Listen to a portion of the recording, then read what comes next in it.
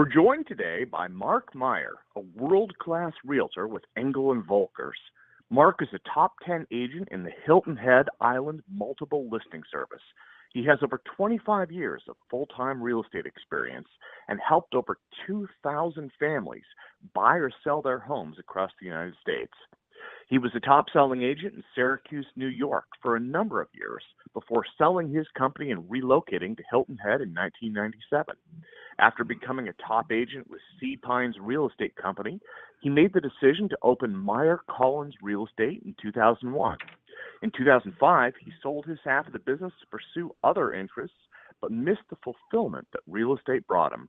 With an unwavering dedication and passion for helping his clients achieve their real estate objectives, Mark's vast expertise, commitment to personalized service, and excellent negotiating skills form the perfect foundation for success. Let's welcome Mark to the call as we join our host, Tim Harris.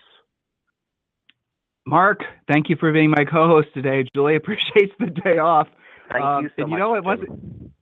Oh, it's my pleasure always. You know, it's funny. It wasn't until prior to today's show that you reminded me how long we've actually known of each other. We've known each other since the Howard Britton days back in the 90s. That's amazing. Yeah. I met you and Julie in Orlando in 1995 at one of his conferences. Oh my God, I was 25. Yes, I'm 48 now. New. Everyone looks at you guys. Exactly. I won't tell you how old I am. Now they just look at us and go, "Wow, you guys are whoa." That's right. That's right. Yeah, well, that's what happens. You get older. Oh, hey, so listen, I really appreciate you being my co-host. I actually, listeners, I asked Mark, I don't know, Mark, how many times? 3 or 4 times for you to be on the show. And you kept on saying, I'm not ready. I don't want to do it. I don't want this, the other thing. Why? And I respected that. I really did. But why did you reject my request to be on the podcast? As to me, I finally decided, because I've gotten so much help from you and Julie through your podcast and coaching, that I just owed to share that with all of your listeners and clients. Well, but the other side of it too is you're naturally a humble guy, and you didn't want to feel like that's ego. What I've always yeah. We'll talk about it. Absolutely, ego is the enemy. Ego is the enemy. That's right. I don't. Years ago, I did the self-promotion, all that. Now I don't even have a picture on my business card. I'm very low-key and just like to do the relationship things with my past customers and clients, and I do a lot of prospecting, and that's as much as I get out into the community. I'm not big onto the social scene or anything along those lines. It's a little bit different. So my brain is sparking in a million different directions. You said so many really important things there that only comes from having been up the mountain and down the mountain, up the mountain, down the mountain, essentially lived long enough to know what it takes to be not just successful in the traditional sense, but really, I don't know, happy as a human. So you mentioned obviously our friend Ryan Holiday's book, Ego is the Enemy. Talk about, if you don't mind, and I knew why you were not wanting the attention, and I respected that. And frankly, it's how Julie and I think too. What are you talking about, Tim? You guys are authors and you podcast. But guess what? We are naturally introverted people that are not braggadocious. We're from Ohio. I mean, you don't, toot your own horn. How we grew up, and Mark's the same way. So Mark, what is the danger? You said and we did this too, right? So what's in our real estate business? Same experience as you had with regards to tooting your own horn too much. What's the danger? How does that adversely affect your business when you start focusing on your brand and you start thinking of yourself as something other than a person of service? Can you talk about that?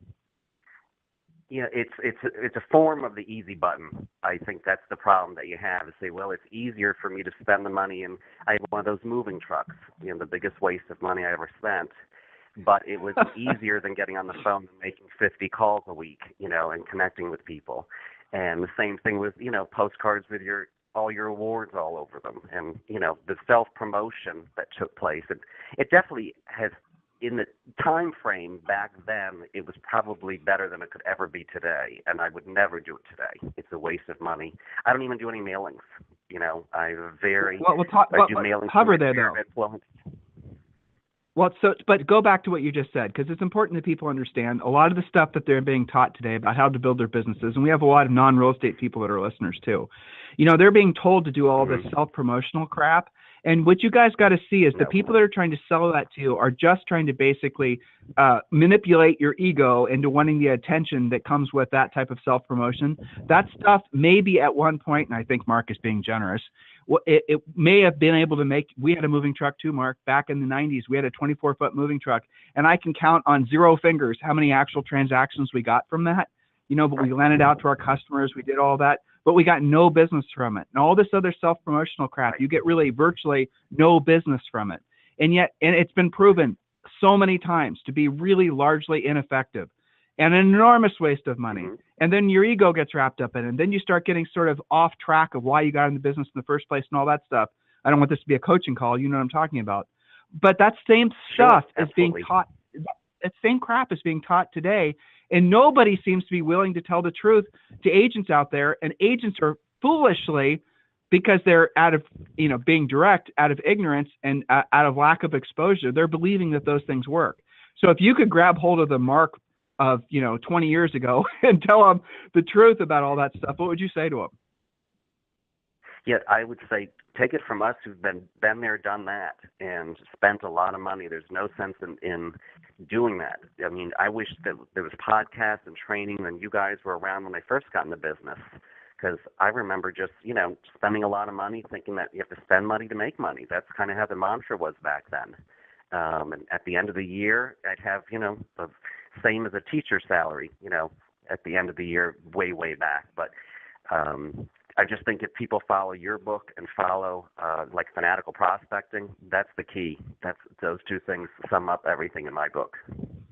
I agree. It's funny, Amazon agrees too, because every time someone buys one of our books, Fanatical Prospecting and Ego is the Enemy are also recommended books. So it's kind of fascinating that, so many people are buying all three, because I really agree 100% that the combination of those three mindsets are really all you need to be successful long term. But there is a bit of an ego sickness that started to become popular back in those Howard Brinton days. A lot of folks that this as well as I do, Mark, most people that are listening, they haven't I don't know how many today, 106, 10,000, I don't know. They weren't in the business back when you and I are in the business. So they don't realize that these things are just basic gimmicks, and they're businesses that have been around forever in one form or another, who are all trying to sell, Mark said it right, who are all trying to sell you into the belief that if you do all this passive marketing crap, and there's coaches out there that say it too, and if my words offend people, I apologize, not really, but I sort of do. I apologize when you hear me say certain words that you find offensive, if you all of a sudden stop listening, that's what I'm sorry for. But I'm not sorry for basically being as direct and saying this stuff is crap, because it is. And it is ruining people's lives. It is ruining agents' potentiality. It's ruining people's families. It's ruining people's finances. And it honestly pisses me off. But so listen, let's get off that soapbox. You are a rock star, my friend. So last year you sold nearly 70 houses with one assistant. You sold nearly 70 houses with one assistant. You're the number one in your office, number one in your market, in your was it region or but here's the thing that I'd like to talk about. In our go ahead. Sure.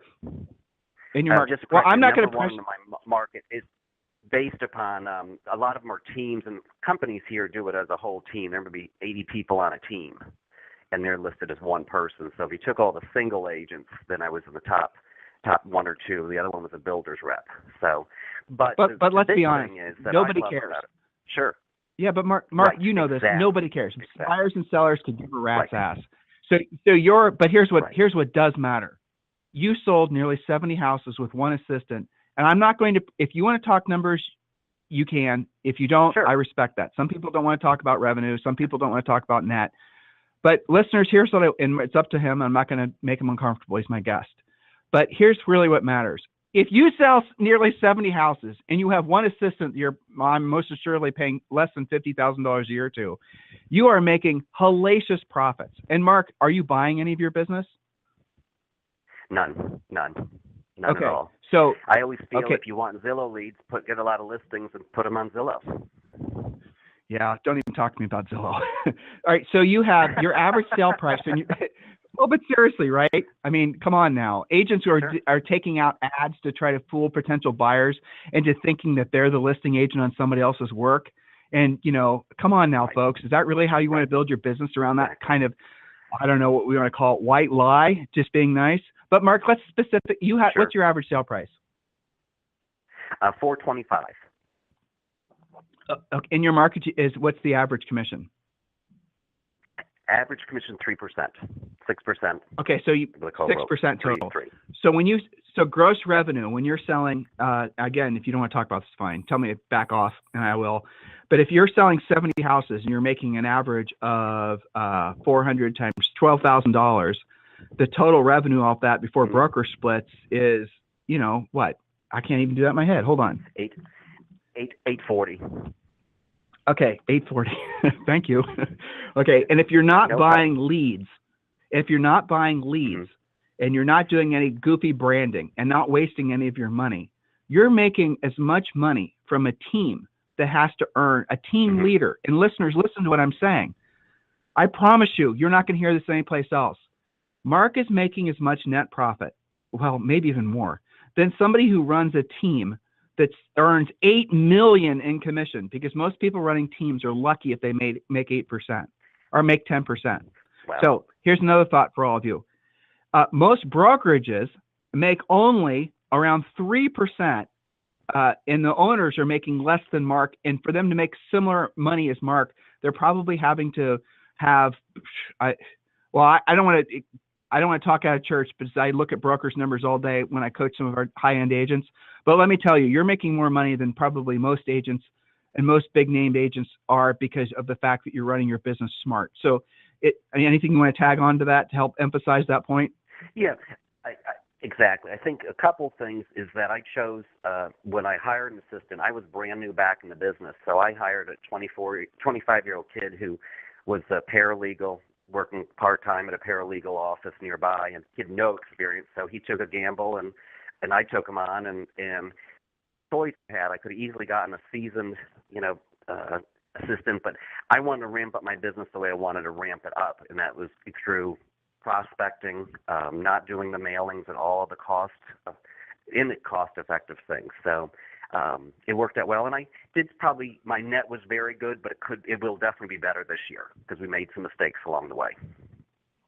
Well, okay. So first of all, that's a good segue for me. What are you doing to generate leads?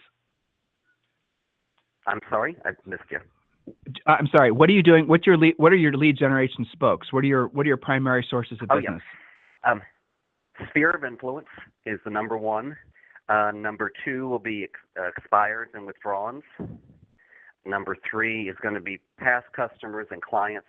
It's been 10 years since I was in the business, so a lot of them are still finding out that I got back into the business. And then I do a little bit of open houses for listings. I don't do it for buyers, but for listings we do that. And then it would just be, the rest is going to be just self-generated through for sale by owners and other miscellaneous prospecting ways. You are a scheduled guy, right? You have the morning schedule, the routine down pretty consistent, right? So talk about that. Exactly. How important is having a schedule? And what is your schedule? Share with us. You have to. Yeah, basically, I come in every morning. I'm not as early as I used to be. I get here by 8 o'clock. I pull up all of the expires and withdrawals for that day, do the research and getting all the numbers and so forth, and then start making my calls at 9 o'clock. And then I have follow-up calls from the day or two or three before an expires that we delivered free listing packages or mailed those packages to. And just relentlessly follow up until about noon. And then we take care of our offers and negotiations and listing appointments in the afternoon. Do you focus on the number of contacts you're going to make every... I'm sorry? Yeah, I do a lot... I'm sorry. We're saying the same thing, I think. I do a lot of just as many calls as I can reach. So what I try to do is at the end of every day is make sure I reached 10 people. It may take 50 calls and 25 voicemails, but 10 people that are new or basically good follow-up calls. Okay, so your goal is to make 10 solid contacts per day, and those 10 solid contacts, are they a mix of your centers of influence, past clients, mix of expireds? Okay, so your goal every day is to make 10 solid contacts per day. Right, and I do work I work. I do my expires and withdrawals on the weekends too, if I'm in town, even if I'm out of town.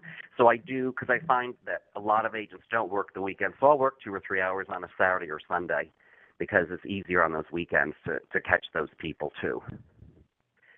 That'll take How time long off did during it the week, you know. So I'm a little bit of a workaholic, but not as bad as I used to be. How long did it take you to be comfortable picking up the phone and talking to strangers? I would have to say about 4 or 5 years. And when I was first in the business, of course, I tried to do open houses constantly and did the mailings and things. And then I realized I was spending more money than making, and I just had to pick up the phone. And back then, I would just, knock on doors and pick up the phone. That was it. And then it started to all click together. So let's talk to the Mark from else? long ago. Let's talk to the Mark from long Sure. ago, the one that basically took 4 or 5 years to basically get comfortable prospecting.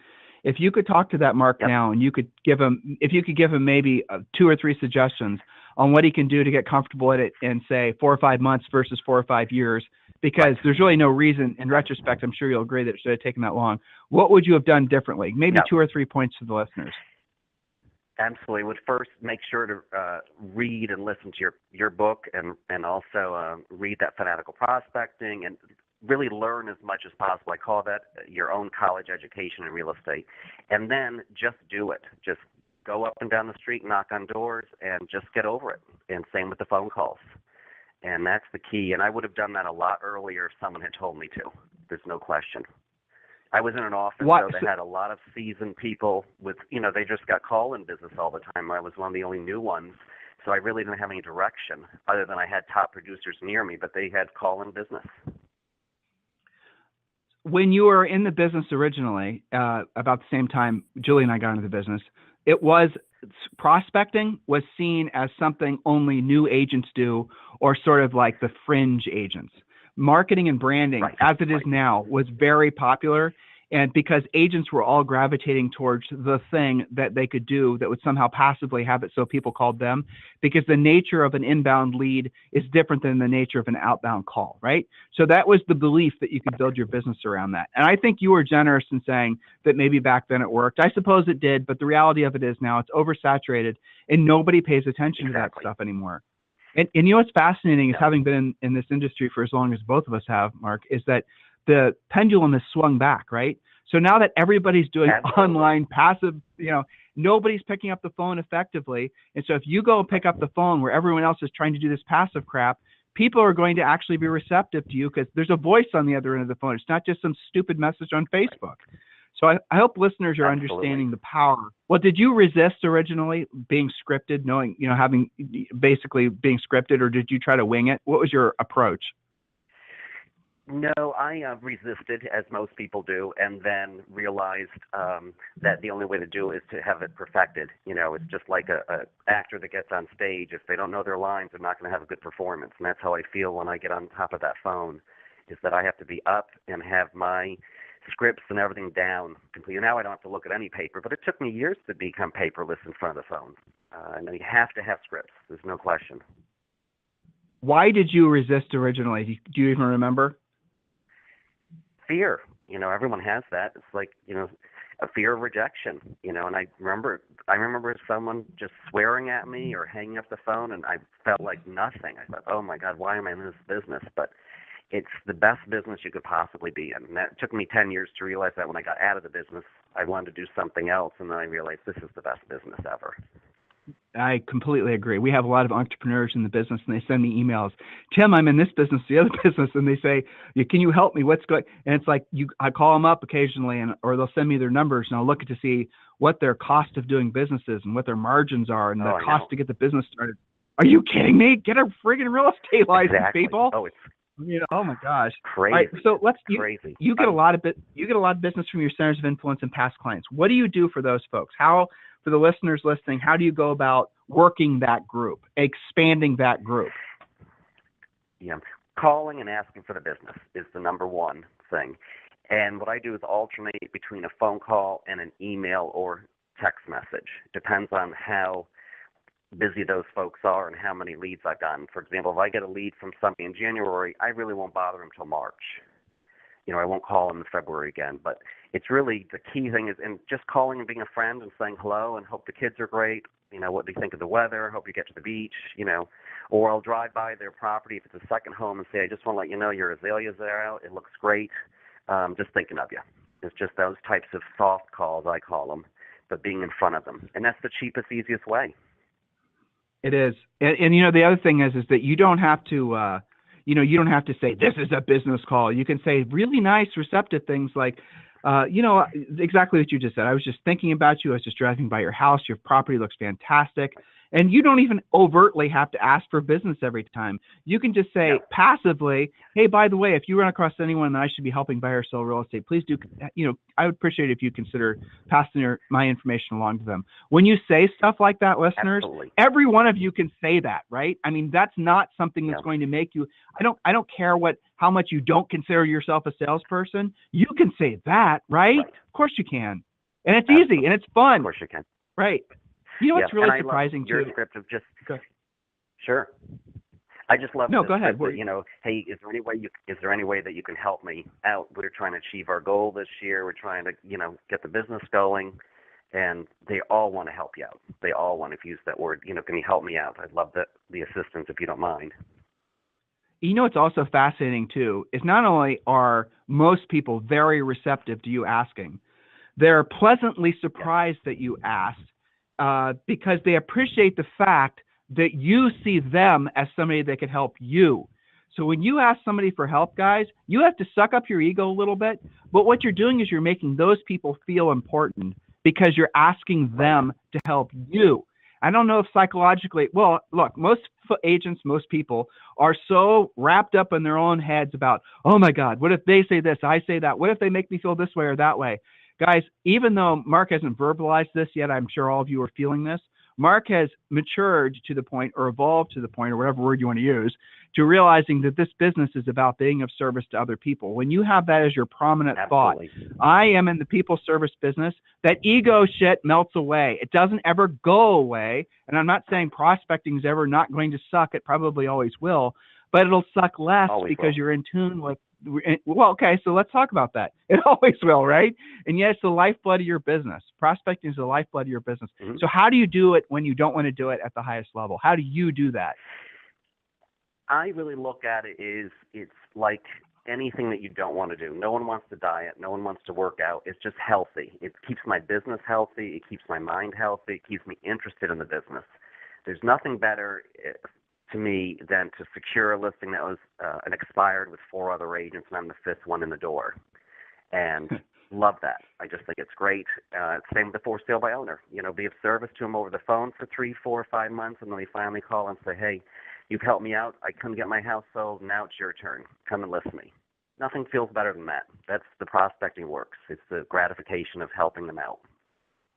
When you have somebody on the phone and you're trying to differentiate yourself, or they're trying to figure out what makes you different. Sometimes they're even as bold to say as, all you realtors sound the same. What makes you different? How do you answer that question? Or do you not answer the question because what you, do you say things in such a way that doesn't become a question because you headed it off ahead of time with your presentation or your scripted approach? I think both, but also I've got in regards to a pre-listing package, the minute I talk to somebody, that same day they're getting it. Or if they're out of town, then they get a UPS to them. So that answers and really makes me very different from other agents overall. And the basics of it is from your program, and then we've just added pages along the time. Add here, add there, different things. But overall, 90% of agents don't even have a pre-listing package in my marketplace. They just don't. Isn't that awesome? And if they do, but let's be honest. Yeah. Right. Well, from a competitive perspective, don't you love the fact that they don't have PLPs? I remember when Julie and I sold real estate, I loved it when they didn't have PLPs. It was great, wasn't it? Absolutely. It is. Competition is competition. There's no question. Right. Yeah. And so I tell people, not to be brash, but another thing that I tell people is I have enough business and, that I may not be the right agent for you. So I said, it's just as much me interviewing you as it is you interviewing me. And that really puts them on a different level that I'm not out there just to get their own business. If I can't help them or, they're, as I put it, they can't be helped, and I don't want to be part of it. And always leave on a good note. I mean, that's one thing, is be gracious on every appointment. Every appointment you lose, be gracious. Every listing you lose, be gracious, because it's word of mouth afterwards. So you just said two things. I'm going to go in reverse order. Pre-qualifying. You seem to me like you are somebody that is vigilant about knowing their motivation. What are the things that you have to know before you go on a listing appointment, Mark? When they're going to put their house on the market, just that is number one thing. Who's making the decisions? Number three is have their time frame in regards to when they need to have their property sold and closed. And those are three things before I'll. Yeah, a have to versus a have to versus a a want to. Exactly. If people say I'm going to test the market, and no rush whatsoever. We just think it's springtime. We should try. If we get our price, we get our price. And I will go and spend 15 minutes with those folks, or if they're out of town owners, I'll spend 15, 20 minutes on the phone. But I just put them in my system that I'm going to just keep calling them until they are ready, or wait till that listing expires with their agent that they did choose. Pretty much know the market if it's going to sell or not. Allow me to add a footnote for the sake of our listeners. If you guys are selling real estate in an area like a lot of our agents in, expensive markets are, I'm thinking of Rob Johnson in Greenwich, Connecticut. He's one of the top agents there. And out in LA, we have a whole bunch of top agents and all the rest of it. When you guys are dealing with people that are genuinely rich, they never have to. And the difference between a have to and a want to is someone that has to sell their house. They don't have an alternative. Their alternative their alternative sucks. So they have to sell it, versus a rich person, which never has to do anything. And a rich person will not give you the same level of, I say rich person just because I'm trying to make a point quickly, right? They're not going to have the same level of have to as a normal person's going to. So when you don't please overthink what we're saying right now. If you are selling in a market where the average sale price is probably $1.5 million and above, you're probably going to deal with people that have don't truly have have tos, they have want tos. I'd like to sell the house, but if I can't, maybe I just keep it vacant, or maybe I rent it out. That stuff happens all the time on these multi-million-dollar properties, guys. So just be clear about that. Mark, let's talk about lead follow-up. Let's talk about your lead follow-up system. Sure. Okay, go ahead. I'm sorry if you have some. Yeah, go ahead. Just one thing I like to touch on, because some of our wealthier clients, we always go on to their emotions. We say, yeah, we know financially you don't have to sell it, but isn't this a headache? Or wouldn't you like to put this behind you? Or, is it going to change your life if you take a $500,000 loss on your house? And hitting those buttons too, other agents don't even talk about that. But if you hit their emotional status, changing that, then that really helps in making some of those owners motivated. That's right. That's an excellent point. So lead follow-up, we're obviously zealots about having furiously fast lead follow-up, something we trademarked a long time ago. So you are, I know, a great lead follow-upper. What are your rules? How long do you wait to call somebody back or email somebody back? Or what are your internal guidelines for lead follow-up?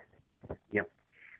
Plain and simple, if I call, say for an expired that I called and spoke to on Monday, the follow-up on that is they're going to get their pre-listing package, a handwritten thank you note with a wax seal. They're going to get emailed, messaged, instant message, all thanking them for the time on the phone and talking. I'll wait 2 days to 3 days, call and make sure they got the package and follow up on any questions they have. Lots of them say they don't have any questions or they haven't read it yet. But probably every 2 to 3 days, a phone call and a follow-up with an email in between. So it's relentless. So they're getting touched by me every day. Listeners, here's some simple rules for you. If they say, call me back in 2 weeks, call them back in a week. And here's even more of a drilled down approach to it. If they have to sell, you have to list them, or one of two things happen. They list with you or somebody else, so they file a restraining order against you. In other words, you cannot be too aggressive with your lead follow-up, especially when it comes to a seller. Well, because the reality of it is oftentimes, not consciously but subconsciously, a lot of sellers will choose the agent that is the most aggressive about pursuing the listing. And, guys, why don't you do it? Because you're afraid they're going to reject you? Well, you're creating the rejection in their minds because you're creating a system, or you're creating a situation where they doubt that you're even the right agent because you're not even aggressive trying to get the contract signed in the first place. So, I mean, guys, just Exactly. remember that. If they have to list, your 2 rules for lead follow-up are you call them, knock on their door, chase them until they list with you or somebody else, they file a restraining order against you. So, Mark, you've been in and out of real estate, what, 3 times? Is that right? Yeah, the first 2 times I just changed markets. I took probably 2 or 3 months. I was in Syracuse, New York, sold the business, wanted to get to the warm weather and moved to Hilton Head and start all over here. So I didn't really have a lapse other than the learning curve. But I probably the first year down here, first 12 months, did 50 transactions. So I was right back where I was. And then when I sold my business down here to my ex-business partner, I took time off and then got back into it. But a lot had happened from 2006 to 2016. The internet, the leads, and all of those things are so different.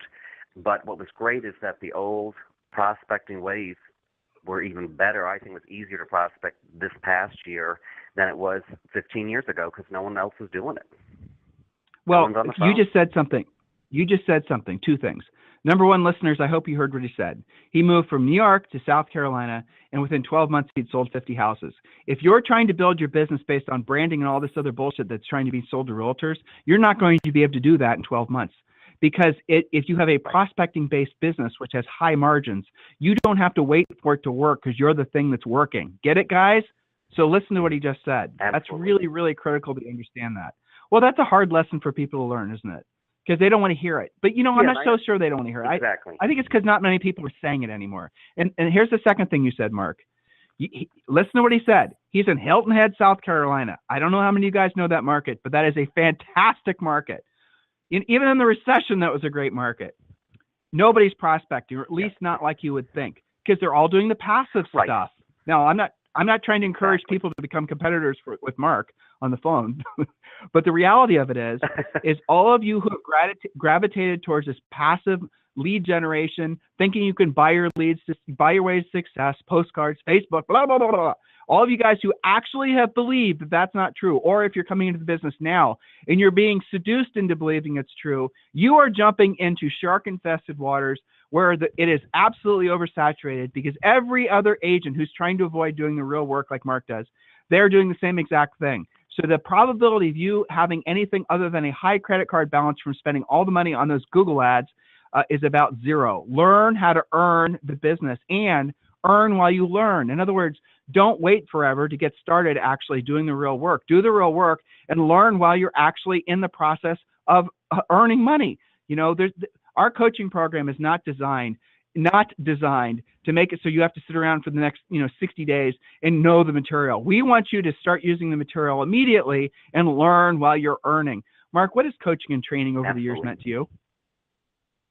Oh, I couldn't be where I am. It's the best thing ever. Totally believe in it. And between that and your podcast and your book and so forth, there's so many tools out there that agents don't use them. They'll buy the books and let them sit on the shelf, or they'll have the Audible app, but they won't listen to the podcast in their car. I mean, it happens all the time. So you just have to apply it. And I always look at it. It's a great business to be in, and you can make a lot of money, but you have to work at it and do your self stuff to get it done. You can make a lot of money, but what you can really do, which is really abnormal for a business nowadays, is you can get in this business with virtually no cost. I mean, you're going to have some money in your training, you're going to have some money in your licensing and some other stuff, but you can effectively get in this business for less than 10 grand. And the overhead for running your business every single month is nothing. Really, it's what, $1,000? Most of you guys can run your business on $1,000 a month. And then depending on your market, you can make hundreds of thousands of dollars per year if you're willing to do the real work. Most of the money you make will go to your pocket. And with the money, after you pay your business expenses and your taxes and your Mickey Mouse, you then invest it. You buy rental properties. Those rental properties, this is what Chapter 17 in Harris Rules. Those rental properties then produce passive income. Right. The passive income then comes in at such a volume over time that it produces enough net income to cover all your personal overhead. Then your money is working for you. You no longer have to work for your money, and you are by definition rich. What could be easier to understand or more, I think, simplistic and beautiful than that? Right. There's Mark, no why do you question think that advice is so good? Why do you think agents are so convinced that becoming successful like you are, you'll probably, what do you think, $1 million this year? Why do you think agents want it to be more complicated? I think they think to make that amount of money, you got to have, a master's degree and make things more complicated. It just isn't that complicated. But a lot of them, the problem is people are afraid to pick up that phone or afraid to knock on that door, or to work hard. A work ethic is another thing that anyone that I talk to or come and work for me, I said that you've got to have a good work ethic. You've got to make the most of your time. Just because you're sitting in the office for 8 hours, if you're not making calls, you're really not working. That's right. I mean, if you're not putting yourself in a position to hear no from somebody 5 times a day, and I'm not talking about, your family members or your 4-year-old, like we hear no from Zoe all the time. Sure. But if you're not in the position to hear no from a potential buyer or seller at least 5 times a day, you didn't work. There's a little thing that all of you guys should write down. Hey, Mark, I'm actually running 6 minutes late for another event. Sure. So I really appreciate you being my co-host today. I really appreciate you being. Yeah, I sincerely, look, just between you and me and, the 100,000 plus that are listening right now, I really appreciate your, your contribution to Julie and I's lives and our business. And I really appreciate the fact that you're out there being I think really being a beacon, a North Star for a lot of agents. And hopefully this podcast will encourage a new generation of agents to realize what a blessing this business is. Or frankly, if you don't follow the advice from Mark, what a curse it can be. So, Mark, I really appreciate, you. And if someone wants to send you a referral, how can they do so? Sure. My phone number, call or text 843-816-0693, or email is preferred, Mark, M-A-R-K, .mayer, M-A-Y-E-R, @evusa.com. Excellent. Mark, I really appreciate you being my co-host. Listeners, oh, it's my pleasure, of course. So, guys, there it is. There's the truth. There's the path for you to follow. Now it's up to you to follow it. If there's anything we can do for you, listeners, please go to freecoachingcallsforagents.com. Mark and everyone else, we'll talk to you on the show tomorrow.